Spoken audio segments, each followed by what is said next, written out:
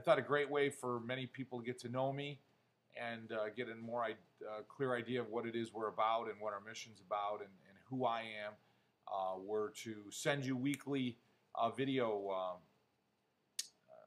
interviews, thought flashes with ideas as to what it is we're trying to do, and hopefully inspire you to be more than who you are right now. I haven't met anyone yet that's satisfied with that, especially chiropractors. Starting today off here for the next few minutes, I thought I would give you a description of innate through my eyes, a description and a definition of what I see innate as, and this is a definition I've worked on over a number of years, but I'll read it to you.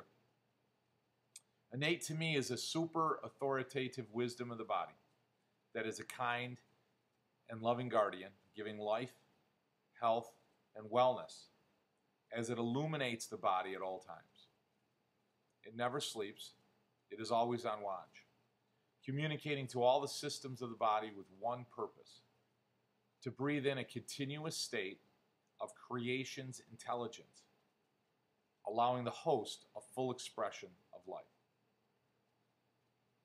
That's how I see that intangible, eternal existence that is in all of us, and that allows us to function and to be healthy.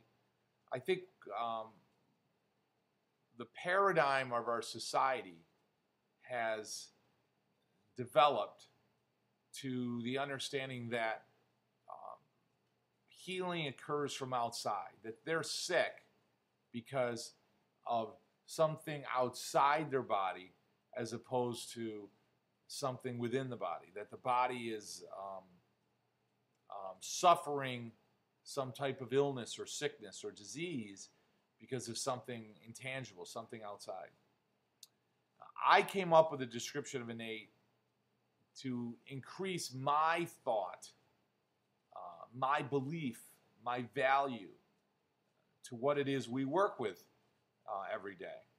And I think to really hone in what it is you're trying to do for people and serve people with chiropractic, I think it's important that you adopt some definition of innate, whether it's something you want to describe yourself and define yourself, or whether it's something that certainly you want to grab from the Green Book or from Fred Barge book or Stevenson's book and chiropractic textbook on philosophy.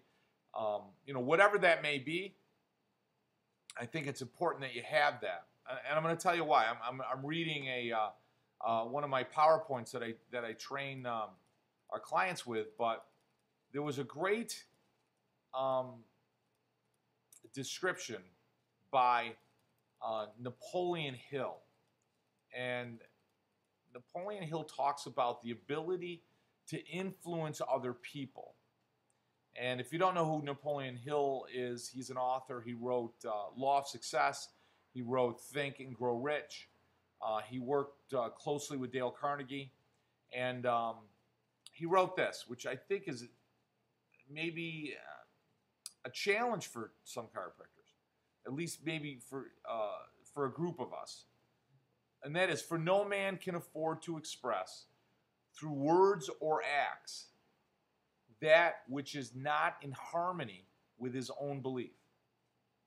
And if he does so, he must pay the loss of his ability to influence others. So, what that says to me is, when a client comes to me and says, Dr. Joe, I'm having difficulty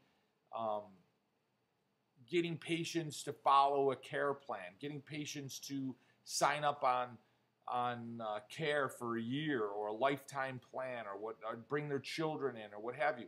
The first question I always have to the client or to that chiropractor is, what is your definition of innate? What is your belief? What is your value system? How would you describe to me, let's say a non-chiropractor or a chiropractor, what you do as a chiropractor? And what is it that you work with? Because if you yourself don't have an ironclad understanding of what it is you work with as the chiropractor, as really a practitioner. I mean, the body's the healer, and I understand that, but you're really a practitioner that works with the innate. You're a practitioner that recognizes the existence of something greater than yourself, and that your job is to allow that innate, that power, that authoritative wisdom to express itself without any interference. So if you don't have that as an understanding as a chiropractor, at least some description, that's the way I see it. It doesn't mean that's necessarily the way you need to see it. But if you don't see it in some way through those eyes, then it's very difficult for you to influence other people. Because what Napoleon taught us is that if you try to express through your words or acts that which is not in harmony with your own belief, you will suffer the loss of your ability to influence other people. So the first place to look at if you're challenged in practice, the first place, not the only place, but the first place is to look right inside your heart and your mind and find out what is it that you actually believe and question yourself. Reflect on it. No one knows. Find out where you're at. And if you have found that maybe it's faith, but your belief, your understanding of innate, maybe you question that in which you work with as a chiropractor. Yet you want to believe that, and you want to work with that, and you want that type of practice. You want a wellness-based practice, a family practice, but your belief is weak. There's no reason to get upset, and there's no reason to feel heavily challenged. You just need to start training as any athlete would, or any great CEO would. You need to start training on your belief, and we do that through rituals, and we talked about that last video blast with our Thot Flash from New York City. So real quickly, because I know we're running out of time, this is one of the books that I use on a daily basis. This is One Cause, One Cure. You can get this right on fredbargebooks.com, okay? Or another great book that I highly recommend all of us to read as chiropractors. This one here is another Fred Barge book. It's Life Without Fear. Now, those two books are great in philosophy and in science. Fred Barge was a philosophy instructor, but he was also a technique instructor, and he also had an enormous appreciation for the science and the research on chiropractic. And then what happens is your ability now to influence others, because your belief is in the right place and you're coming from the right place, from a place of service, and then your ability, you have some system to educate the patient, to communicate what it is you do, then you start to serve more people. You start to serve the masses with chiropractic care. We do have a seminar coming up in June, June 11th and 12th. We're bringing in Dr. Dennis Nicotel for a couple hours to speak. It's going to be wonderful. We're also having a CA breakout. I forgot to mention that last week. So we encourage any doctor who's coming, you're going to actually meet with one of my staff, Leanne Klein, who's our office manager. She's been with me about 13 years in practice, and she's somebody that has worked the front, worked the back. We're helped as a tech CA, and she's been there when we've served well over 500, 600 people in service. So what's wonderful about that is you're going to be able to pick her brain, and she's going to have a system of slides to put together to explain more about what we do as an office, what your CAs do. So you can bring your CAs in to learn a lot and ask her any question about what it is we do as a practice to serve so many people. And my hope certainly is that if you are you're just looking for a pump up and some tools to put in practice, certainly join us. If you're looking for a coach, a mentor, somebody to make you accountable, to hold you accountable, and make some real significant changes and challenges in your life so that you can serve more people and certainly live a better quality of life and have a much